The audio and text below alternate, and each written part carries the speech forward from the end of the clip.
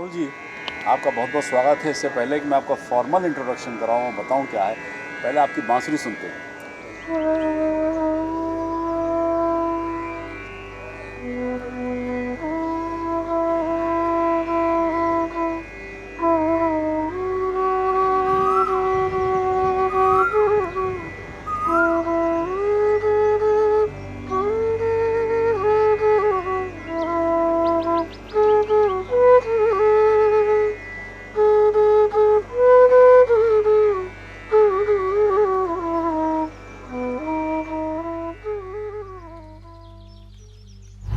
प्रणाम और स्वागत है आप सबका विश्व शांति दर्शन के मंच पर।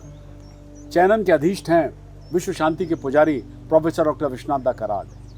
कैसे कोई सदियों पुरानी आर्ट को बचा के रखता है, पेड़ों की शाखाओं, जड़ों, डंठलों आदि को एक नया रूप देने में हाथ और फुर्तीली उंगलियों के साथ किस तरीके से जीवन के अध्यात्म को ढूंढता है, ऐसे ही एक काष्ठ शिल्पी योगी को आज हमने आमंत्रित किया है।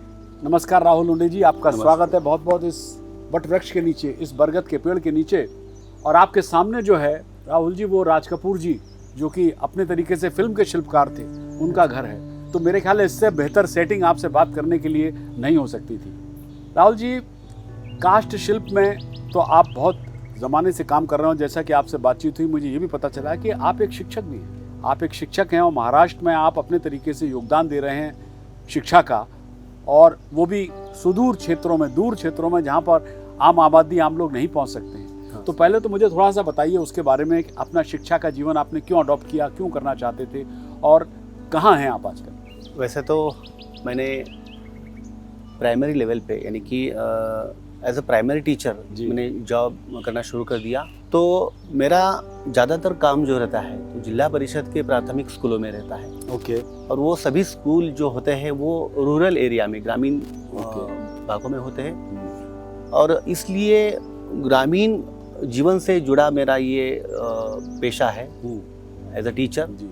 और अभी मैं कोयना नगर डैम यानी कि पाटन तालुका में जो स्थित है कोयना नगर डैम, वहाँ मैं एक डिफ़िकल्ट एरिया में एज अ प्राइमरी टीचर काम करता हूँ। तो राहुल जी, आपने शिक्षक होने के नाते, नेचर में जाने के नाते ये कैरियर जानबूझ के चुना या आपको फोर्स किया गया?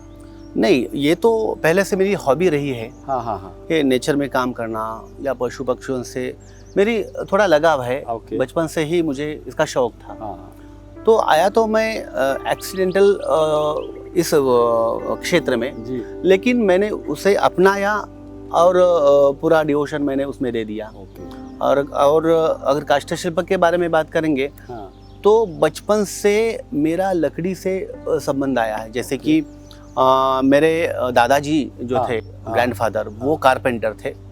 और उनके साथ मैं काम करता था। छोटा था मैं, चौथी पाँचवीं में। तो उनके साथ जो काम करता था, तो वो जो लकड़ी काटने के या तराशने के जो भी स्किल थे, वो मैंने हासिल किया है।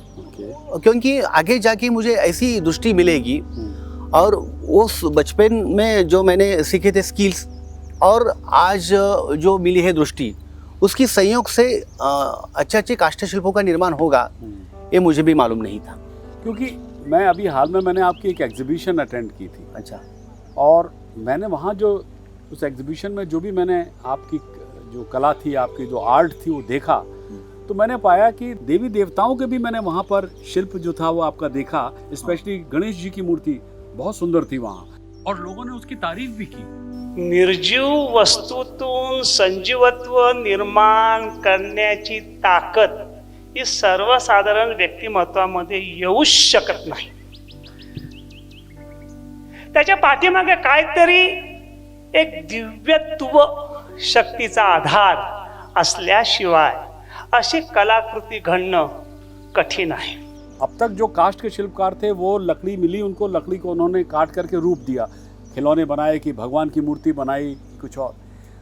आपका जो आर्ट है वो देख के ऐसा लगा जैसे आपने बहुत ज़्यादा उसमें कुछ फेरबदल नहीं किया, सिर्फ ये देख करके इससे क्या बन सकता है without changing too much, something like that. ऐसा क्या था उसमें? काष्ठ शिल्प का निर्माण जो है, क्यों लकड़ी के आकार ढूंढना उसको पॉलिश करके रख देना, ये मेरा टारगेट नहीं था या वो नज़रिया नहीं था। हाँ हाँ मुझे जो भी लकड़ियाँ मिली या काष्ठ मिले, हाँ तो मैंने हमेशा उसमें कुछ एक्सप्रेशन देखने की कोशिश की है, हाँ, जैसे कि लाइवनेस देखने की कोशिश की है। ओके, तो वो मुझे दिखते गए, एक से एक के बाद एक वो काष्ठ पर मिलते गए। मैंने उसके लिए नेचुरल फॉर्म चुना और मुझे ऐसा लगता है कि जैसे कि आपने इतना अच्छा बढ़िया जी। जो स्थान जो setting चुनी आपके setting, लिए। इतना मुझे बहुत अच्छा लगा, क्योंकि क्या है कि ये जो लकड़ी है यानी कि ये जो काष्ठ शिल्प बने हैं, हाँ, तो ये ज़्यादातर पंछियों के हैं, प्राणियों के हैं,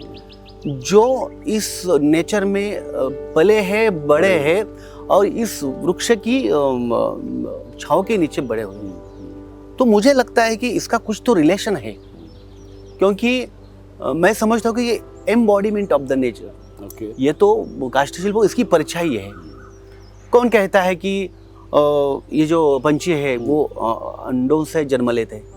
मैं मानता हूँ कि ये पंछी लकड़ी से भी जन्म ले सकते हैं, जैसे कि आप देख रहे हैं। स्पेशली ये हाँ। वाला जो आपका आर्ट फॉर्म है, हाँ, ये तो मैं बताऊंगा, हाँ। लेकिन ये जो है हाँ, आपको हैरानी होगी कि ये पूरा मेरे पूरा ख्याल है दर्शकों को दिखाने के लिए हाँ, दिखाएं कि ये पक्षी है, चोंच है हाँ, और ये उसका हाँ, बैक है, am I right? हाँ हाँ, इसको मैंने इस पे कुछ भी कारीगरी नहीं की है। हाँ हाँ मैं नेचर से जन्मा हुआ, ओके, ये लकड़ी में से जन्मा हुआ ये पंछी है। हाँ। आप देख सकते हैं इसमें जो आप देख रहे हैं, हाँ। जो उसके पंख है, हाँ, वो जो टेक्सचर है नेचुरल है, हाँ। और उसका जो चोंच है, उस पे बीक है, उस पे भी उसका जो कवर था यानी कि हाँ। साल बोलते हैं उसको, वो था, लेकिन मैं प्रिजर्व नहीं कर पाया। हाँ। लेकिन इतनी ओरिजिनलिटी नेचर से, तो इसमें आपने मतलब कुछ भी आपने फेर बदल नहीं किया, जैसा है वैसे ही था? हाँ वैसे ही था, वैसे अच्छा। ही रखा है, उसको प्रिजर्व किया है। अरे वाह, कहने का मतलब है हाँ, कि उसका जन्म ही नेचर से हुआ है, हाँ, इसलिए मैंने ज़्यादा